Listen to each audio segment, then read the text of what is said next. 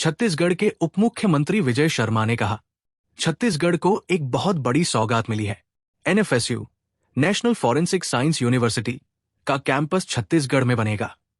इसके लिए राज्य सरकार ने नए रायपुर में 40 एकड़ की जमीन दी हुई है।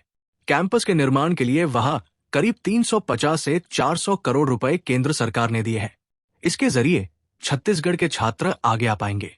उनके आने के बाद बहुत बड़ी सौगात एक जो छत्तीसगढ़ को मिली है वो एनएफएसयू के कैंपस का है, नेशनल फॉरेंसिक साइंस यूनिवर्सिटी। उसका एक कैंपस छत्तीसगढ़ में बनेगा। उसके लिए 40 एकड़ की जमीन राज्य की सरकार ने दिया हुआ है और नया रायपुर में, और साथ ही साथ उसमें हमको लगभग 350-400 करोड़ रुपया केंद्र से वहां पर बिल्डिंग बनाया जाएगा, पूरा इंफ्रास्ट्रक्चर डेवलप किया जाएगा, वो केंद्र की पूरी मदद से होगा। और फिर वहां पर एनएफएसयू का एक कैंपस छत्तीसगढ़ में डेडिकेटेड होकर चलेगा। ये बहुत बड़ी चीज है।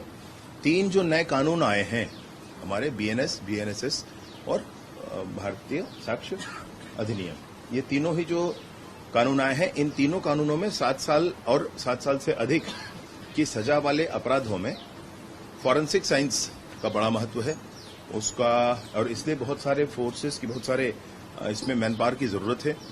यहां पर छत्तीसगढ़ में इसके खुल जाने से स्टूडेंट्स हमारे आगे आ पाएंगे और बेहतर विश्व स्तरीय संस्थान है उसका एक कैंपस हमको छत्तीसगढ़ में मिलने वाला है एनएफएसयू का। साथ ही साथ एक और 6-7 एकड़ की जमीन साथ में लगी हुई है जिसमें हमारा फॉरेंसिक लैब, छत्तीसगढ़ का फॉरेंसिक लैब जो छत्तीसगढ़ सरकार का है, वो भी बनेगा। तो ये दोनों ही बातों का भूमि पूजन होना है। साथ ही साथ जब तक ये एनएफएसयू का कैंपस बनेगा तब तक उसका ट्रांजिट कैंपस होना चाहिए। तब तक पढ़ाई इसी सत्र से प्रारंभ हो जाएगी एनएफएसयू की, और उसका ट्रांजिट कैंपस जो शुरू होने वाला है उसका भी उचित स्थितियों में उनके द्वारा प्रारंभ किया जाएगा, डिजिटली प्रारंभ किया जाएगा। बाकी उसमें काम होने में समय है थोड़ा अभी।